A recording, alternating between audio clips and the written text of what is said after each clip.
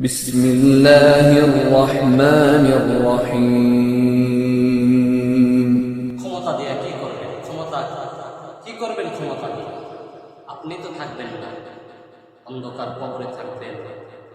কে আপনার খবর নেবে? কে আপনার খোঁজ খবর নেবে?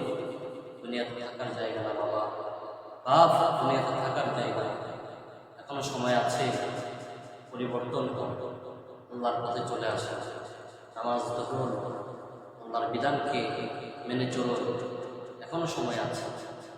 আপনার মতন মানুষ কবরে শুয়ে আছে, আপনার সাথের কত বন্ধু বান্ধব কবরে শুয়ে আছে।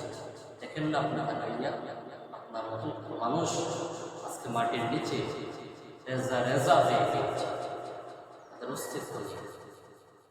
আপনিও সতর্ক অবলম্বন করুন, আপনিও পরিবর্তন হওয়ার চেষ্টা করুন।